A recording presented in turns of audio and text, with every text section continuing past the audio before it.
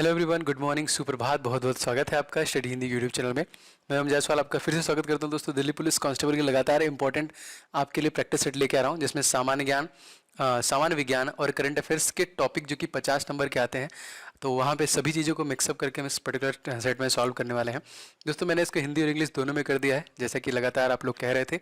और इसके पहले का पार्ट, अगर आप पार्ट 1 आपने नहीं देखा है तो उसको भी आप लोग जरूर देखिएगा दोस्तों। मैंने आप लोगों के लिए अगस्त 2020 और सितंबर 2020 का जो क्लास है वो ख़त्म कर दिया है, जिसका लिंक सबसे पहले आपको मिल जाएगा। तो मैं अकेडमी पे फ्री क्लास आपके लिए प्रोवाइड करा रहा हूँ, तो अब जाके तुरंत उसको देखिए with the detail, full detail. एक बार मेरे कहने पर देखिए, लिंक पहला और दूसरा दिया हुआ है। जैसे पर्टिकुलर स्टेट है तो स्टेट के बारे में पूरी इन्फॉर्मेशन, पर्टिकुलर कंपनी है तो उस कंपनी के बारे में पूरी इन्फॉर्मेशन, इस तरीके का मैंने ये करंट अफेयर्स अगस्त और सितंबर का डिस्कस किया हुआ है। नीचे जस्ट आपको लिंक मिल जाएगा, आप जरूर देखिएगा। चलिए स्टार्ट करते हैं आज के इस पर्टिकुलर जो कि सेशन को। वीडियो पसंद आएगा तो लाइक शेयर जरूर कीजिएगा। क्वेश्चन नंबर फर्स्ट देखिए, पूसा रूबी किस्म का एक, आपको बताना है यहाँ पे क्या है। देखिए प्रत्येक क्वेश्चन के लिए मैं आपको टाइमर लगाऊंगा 5 सेकंड का। 5 सेकंड के अंदर आपको आंसर करना रहेगा। तो चलिए बताइए इसका आंसर क्या होगा। जी बिल्कुल सही हो जाएगा। इस क्वेश्चन में देखिए आपका ऑप्शन नंबर सी टमाटर है। जी हाँ, पूसा रूबी एक किस्म का टमाटर है। ये एक तरीके से हाइब्रिड किस्म का ये टमाटर है, जो कि जल्दी तैयार है ना। आजकल होता है कि जल्दी से मुर्गे को जल्दी से बड़ा कर दे रहे हैं खाने के लिए, इसी तरह जल्दी टमाटर को बनाने के लिए। देखिए इसको कौन, मतलब एक तरीके से कह लीजिए कहाँ से जारी किया जा रहा है दोस्तों, तो ये IARI के द्वारा जारी किया जा रहा है, जो हमारा भारतीय कृषि अनुसंधान संस्थान है उसके द्वारा। दोस्तों याद रखिएगा, इंपॉर्टेंट, जल्दी पकता है ये। अगला क्वेश्चन देखिए, निम्नलिखित में से किस देश में बुचकसी एक राष्ट्रीय खेल है। मोस्ट इंपॉर्टेंट, बताइए, कमेंट करते रहिए। जी बिल्कुल सही जाएगा। यहाँ पे ऑप्शन नंबर देखिए, यहाँ पे B Afghanistan is the right answer. बुचकसी एक अफगानिस्तान का खेल है। बुचकसी में देखिए घुड़सवार की तरह होता है, जैसे घुड़सवारी में एक बकरी ये होते हैं ना खेल में, मतलब घुड़सवार में एक तरीके से कह लीजिए आप बछड़े, गाय, घोड़े इस तरीके का इस्तेमाल करते हैं। सेम उसी टाइप का इसमें भी, जैसे घुड़सवार में स्पेशली घोड़े, बट यहाँ पे बकरी और बछड़े के को भी इस्तेमाल किया जाता है यहाँ पे, याद रखिए। अगला क्वेश्चन देखिए दोस्तों, बिहार राज्य में मुजफ्फरपुर में बिहार साइंटिफिक सोसाइटी किसने शुरू किया है, किसके द्वारा से स्टार्ट किया गया था। जी बिल्कुल सही जाएगा आपका ऑप्शन नंबर देखिए यहाँ पे सी, सैयद इमदाद अली। दोस्तों तो ये देखिए भारतीय भाषाओं का जो माध्यम, यूरोपीय जो कि वैज्ञानिक जो थे, प्रसार एक तरीके से उसके ज्ञान और प्रसार को बढ़ाने के लिए इमदाद अली ने कब, अगर आपसे पूछेगा तो 1868 में देखिए मुजफ्फरपुर में एक संघ की स्थापना की थी, जिसको ब्रिटिश इंडियन एसोसिएशन कहा जाता था दोस्तों। तो बाद में इसका नाम परिवर्तित करके साइंटिफिक सोसाइटी कर दिया गया, याद रखिएगा। अगला क्वेश्चन देखिए, निम्नलिखित में से कौन सा बिहार का पहला अंग्रेजी पत्र था। मोस्ट इंपॉर्टेंट, कौन बताएगा इसका आंसर। बिल्कुल से दोस्तों यहाँ पे राइट आंसर हो जाएगा आपका option number A, the Bihar Herald. A is the right answer ना। बिहार हेराल्ड सबसे पहला अंग्रेजी अखबार था, जिसको गुरु प्रसाद सेन द्वारा 1875 में इसको स्टार्ट किया गया था, याद रखिएगा, मोस्ट इंपॉर्टेंट। ठीक है, अगला क्वेश्चन देखिए। क्वेश्चन हमारा क्या है, गायत्री मंत्र की रचना किसने की। मोस्ट इंपॉर्टेंट, सभी प्रश्न पूरा ध्यान से लगाया करिए। इस क्वेश्चन में देखिए सही आंसर हो जाएगा आपका ऑप्शन नंबर डी। देखिए विश्वामित्र के द्वारा, दोस्तों गुरु विश्वामित्र के द्वारा गायत्री मंत्र की रचना की गई थी। और आपसे पूछता है गायत्री मंत्र का उल्लेख कहाँ पे है, तो आप सभी लोग को पता है भैया कि इसका उल्लेख जो किया गया है वो ऋग्वेद में किया गया है। लेकिन अगर पूछेगा किस मंडल में किया गया है, तो ऋग्वेद के 3रे मंडल में दोस्तों किया गया है। मोस्ट इंपॉर्टेंट, याद रखिएगा। अगला क्वेश्चन देखिए, दिल्ली सल्तनत का सर्वप्रथम महिला राज्यकर्ता कौन थी। तो मैं बहुत बार बता चुका हूँ यहाँ पे।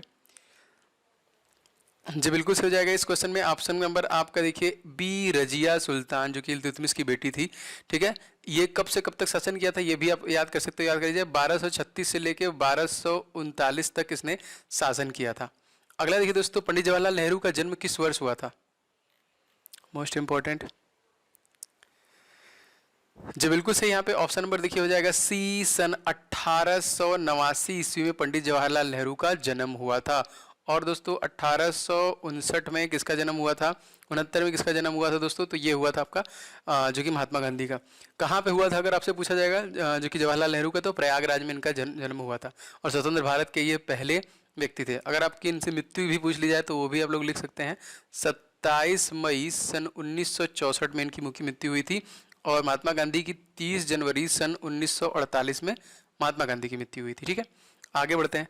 महात्मा गांधी द्वारा दांडी मार्च अभियान छेड़ा गया था कब। मोस्ट इंपॉर्टेंट, बिल्कुल से दोस्तों, यहाँ पे राइट आंसर हो जाएगा आपका ऑप्शन नंबर बी, सन 1930 में। ठीक है, 1930 में 6 अप्रैल 1930 में देखिए दांडी मार्च का अभियान स्टार्ट किया गया था महात्मा गांधी के द्वारा। दोस्तों आप सभी से रिक्वेस्ट है कि आप लोग वीडियो को लाइक क्यों नहीं करते हैं। मैं बोलता हूँ मेरे लिए मोटिवेशन है ये, तो वीडियो को आप लोग लाइक करके अपना प्यार जरूर दिखाया करें एंड वीडियो को शेयर कर दिया करें। आपका आते ही सबसे पहला काम लाइक का होना चाहिए, तो आते ही लाइक कर दिया करिए और शेयर कर दिया करिए। डेली बेसिस पे मॉर्निंग में आपको ये क्लास अवेलेबल करा रहा हूँ और कभी बंद नहीं करूँगा, मेरी प्रॉमिस है, जब तक एग्जामिनेशन नहीं आता। चैनल को आप सब्सक्राइब कर लीजिए, सब्सक्राइब करके बेल बटन दबा लीजिएगा अगर आप नए हैं, जिससे लगातार आपको हमारे चैनल की नोटिफिकेशन मिले। देखिए साइंस का दोस्तों मैंने एक चैनल स्टार्ट किया क्विज का, मतलब उसमें बस क्विज ही मिलेगा। जैसे मॉक टेस्ट के लिए आपको इधर उधर ढूंढना पड़ता है, तो दिक्कत वाली बात नहीं है। देखिए आप जाएंगे, हमारा जो चैनल है उसमें साइंस का मैंने पार्ट 1 डाल दिया। डेली सुबह 9 बजे को क्विज ऑटोमेटिक अपलोडेड हो जाएगा। जी हाँ, ऑटोमेटिक अपलोड हो जाएगा वो क्विज आप लगाइए, देखिए उस चैनल में जुड़ जाइएगा। आपको अभी तो साइंस मिल रहा है, पूरे महीने साइंस मिलेगा, इसके बाद मैं ज्योग्राफी एंड हिस्ट्री भी वहाँ पे ऐड कर दूंगा। एक बार आप देखिए, पसंद आएगा तो जुड़िएगा, नहीं तो फिर कोई दिक्कत नहीं है। आगे देखिए, स्वराज मेरा जन्मसिद्ध अधिकार है और मैं इसे लेकर रहूंगा, यह कथन किसका है?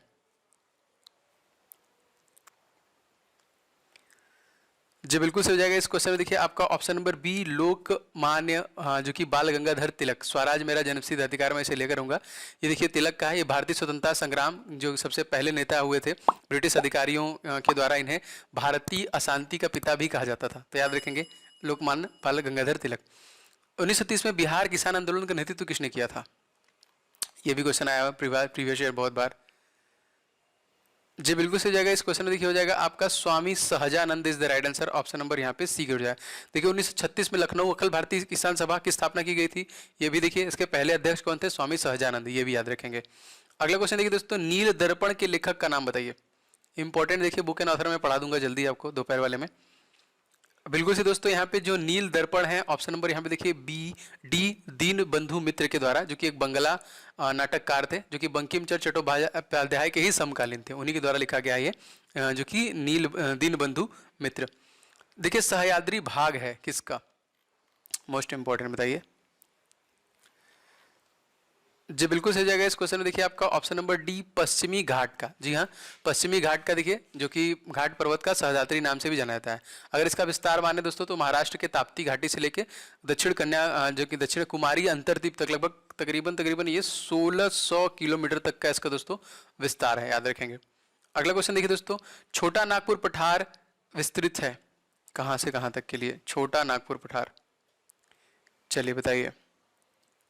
बिल्कुल से दोस्तों, इस क्वेश्चन में जाएगा देखिए Jharkhand is the right answer, option number यहाँ पे सी से जाएगा। जी हाँ, छोटा नागपुर पठार आपका, जो कि बिहार, झारखंड था बिहार राज्य में बहुत फैला हुआ है। ये देखिए बहुत ज़्यादा खनिज के लिए फेमस है, बहुत ज़्यादा खनिज पदार्थ आपको यहाँ पे मिलते हैं। ठीक है, अगला क्वेश्चन देखिए, क्वेश्चन हमारा क्या है?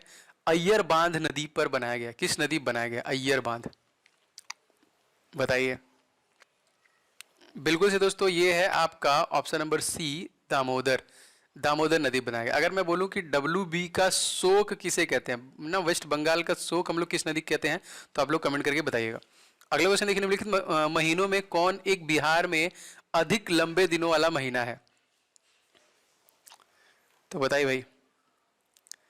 बिहार में दोस्तों बिल्कुल सही, यहाँ पे राइट आंसर हो जाएगा, यहाँ पे June is the right answer, option number C, जो कि बहुत ही ज्यादा लंबे महीनों वाला है। यहाँ पे मोस्ट इंपॉर्टेंट याद रखिएगा। देखिए 21 जून को, जो कि सूर्य किरणें कर्क रेखा पे एकदम लंबवत गिरती है यहाँ पे, तो इसीलिए सबसे लंबाई वाले दिनों में माना जाता है। अगला देखिए, निम्नलिखित नदियों में से किसके तट पर पटना स्थित है? तो बता सकते हैं, वैसे कई कई है, मैं बता चुका हूँ पहले भी।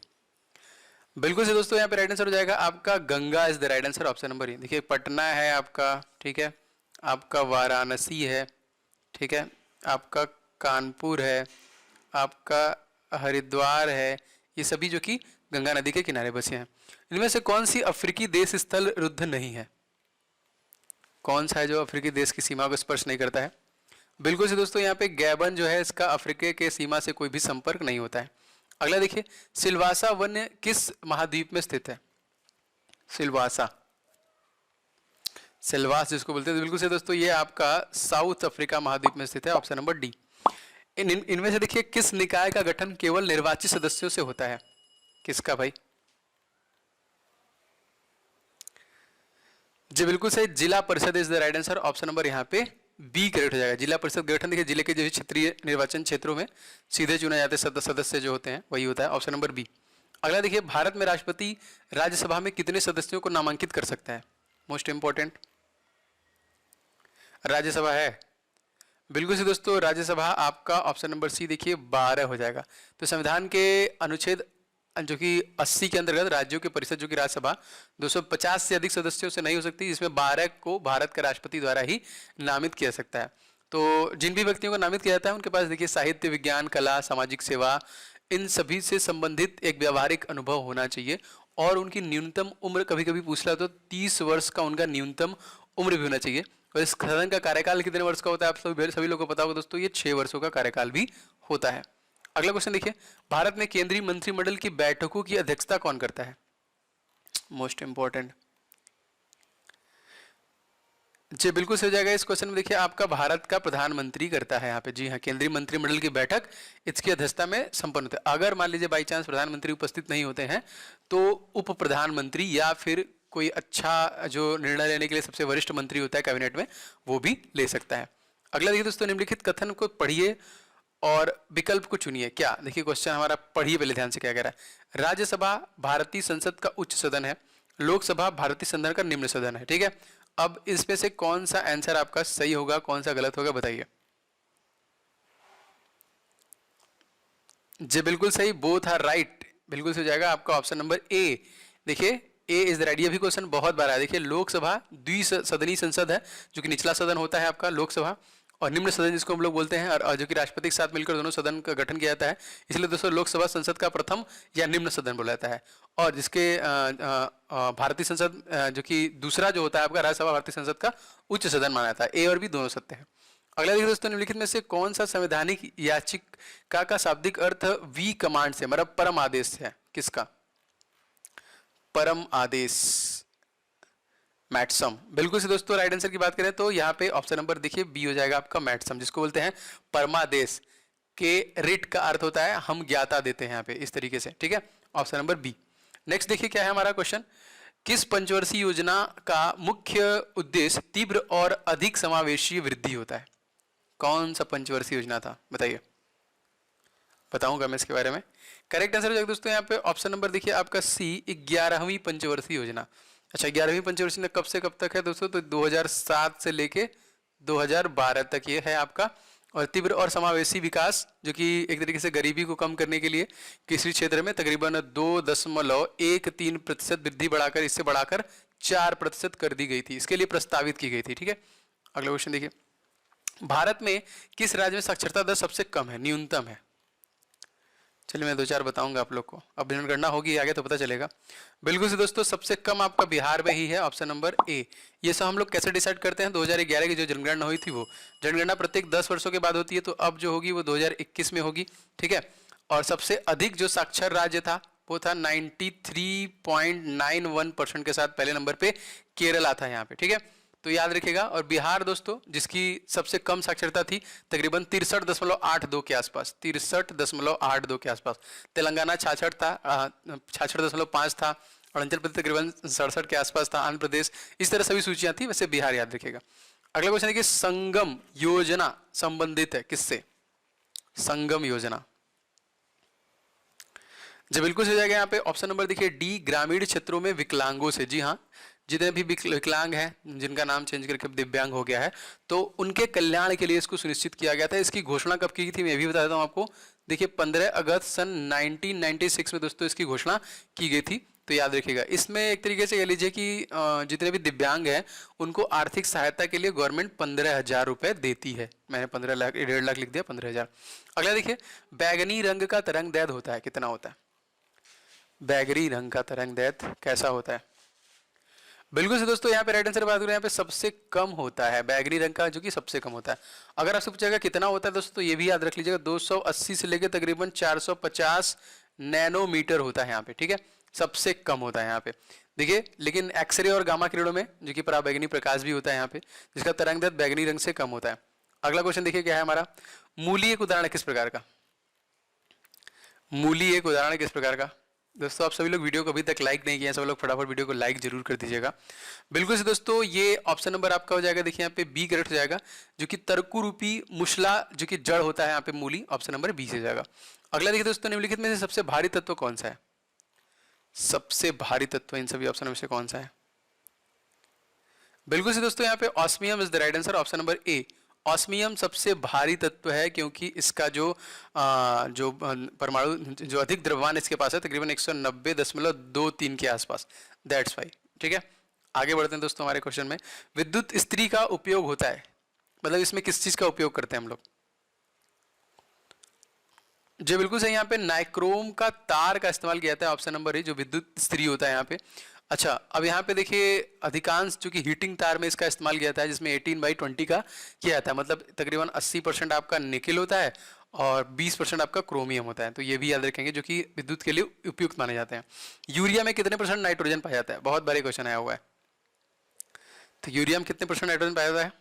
बिल्कुल से दोस्तों, ये तकरीबन 46% पाया जाता है, ऑप्शन नंबर यहाँ पे सी से जाएगा। यूरिया में 46% तक पाया जाता है। एक तरीके से फसल पोषक रेटिंग के तहत अगर हम इसको देखते हैं तो याद रखिए, इसमें नाइट्रोजन भी होता है, आपका फास्फोरस भी होता है, पोटेशियम भी होता है। अगला देखिए, ट्रांसफार्मर का उपयोग किया दोस्तों किसके लिए? जी बिल्कुल सही जाएगा, यहाँ पे प्रत्यावर्ती धारा के लिए स्पेशली ट्रांसफार्मर का प्रयोग किया जाता है। नेक्स्ट देखिए, कौन सा एंजाइम भोजन में उपस्थित जीवाणु को नष्ट कर देता है? कौन सा एंजाइम है भाई? जी बिल्कुल सही जगह, यहाँ पे lysosome is the right answer, option number D. जी हाँ, लाइसोसोम एक जीवाणु रोधी एंजाइम होता है जो शरीर के स्राव पाया जाता है, जैसे लार हो गया, आंसू हो गया, दूध, इन सभी में मौजूद जितने भी बैक्टीरिया होते हैं इनको खत्म करने का काम करता है। नेक्स्ट देखिए, निम्नलिखित में से कौन सा लैंगिक संचारित रोग है? लैंगिक संचारित रोग कौन सा है? बिल्कुल से दोस्तों, यहाँ पे राइट आंसर हो जाएगा आपका ऑप्शन नंबर डी, जिसको हम लोग बोलते हैं सिफिलिस। एक तरीके से बहुत ही घातक रोग होता है, यौन संचारित रोग होता है, मुख्यतः जो कि कह लीजिए सेक्स के टाइम इसका होता है, जो कि जीवाणु से फैलने वाला होता है, ऑप्शन नंबर डी।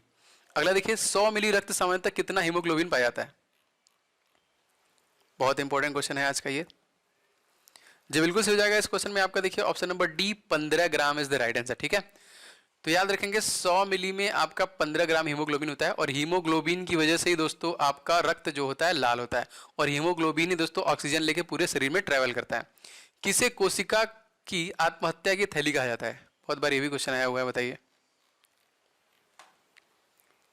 जी बिल्कुल सही हो जाएगा, इस क्वेश्चन में आपका देखिए option number D, lysosome is the right answer, option number D से हो जाएगा। अगला देखिए दोस्तों, गुरुत्वाकर्षण जी का मान कितना होता है? हम बचपन से हम लोग जानते आ रहे हैं इसको। बिल्कुल से दोस्तों, यहाँ पे राइट आंसर की बात करें तो ऑप्शन नंबर ए होता है आपका 9.8 मीटर प्रति सेकंड स्क्वायर। दोस्तों जी का मान देखिए पृथ्वी पर स्थिर नहीं है, क्योंकि गुरुत्वाकर्षण केंद्र की तरफ जो कि अगर जाएंगे हम केंद्र की तरफ बढ़ेंगे तो खत्म होता जाएगा। यहाँ पे याद रखिएगा, ऊपर या नीचे जाने पे ये घटता बढ़ता है। बायोगैस का मुख्य अवयव क्या है? बायोगैस का मुख्य अवयव क्या होता है? जी बिल्कुल सही, ये होता है आपका methane, option number A, CH4 is the right answer, जिसमें तकरीबन 60% तक पाया जाता है। बाकी अन्य गैसें होती हैं, जैसे कार्बन डाइऑक्साइड होता है, यहाँ पे अन्य मात्रा में होता है यहाँ पे। ठीक है, नेक्स्ट देखिए दोस्तों, समुद्री चूहिया के रूप में जानी जाती है किसको? समुद्री चूहिया। जी बिल्कुल सही, ये है आपका ऑप्शन नंबर देखिए A, chitin is the right. Chitin देखिए कभी कभी समुद्री चूहिया भी कहते हैं, समुद्री मोलस्क का एक छोटा सा वर्ग होता है। अगला देखिए दोस्तों, कौन सी रासायनिक घटना इन सभी ऑप्शन में से? रासायनिक घटना। जी बिल्कुल सही जाएगा, यहाँ पे ऑप्शन नंबर देखिए सी, दूध से दही बनना एक प्रकार की रासायनिक घटना है।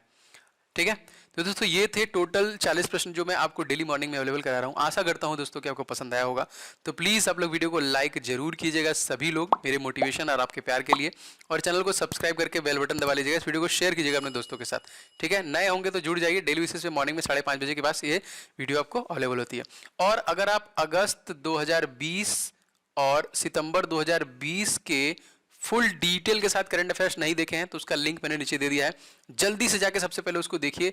एक बार देखिए, मेरे कहने पे पूरा डिटेल मैंने, स्टेट इन्फॉर्मेशन है, कंपनी इन्फॉर्मेशन है, एप्लीकेशन इन्फॉर्मेशन है, कब कौन CEO है, संस्थापक कौन है, हर एक चीज मैंने बहुत ही डिटेल बनाया। आने वाले और भी समय में अनअकैडमी में कोई भी फ्री क्लास बताऊंगा तो आपको अनाउंस करूंगा, आप लोग उसको जाकर देखिएगा जरूर से। ठीक है, चलिए, और आज साइंस क्विज देखना चाहते हैं, साइंस क्विज डेली सुबह 9 बजे, तो उसका भी मैंने लिंक दे दिया है, उसे भी देख सकते हैं। मिलेंगे दोपहर वाली क्लास में, तब तक के लिए आपका दिन शुभ हो। जय हिंद, वंदे मातरम।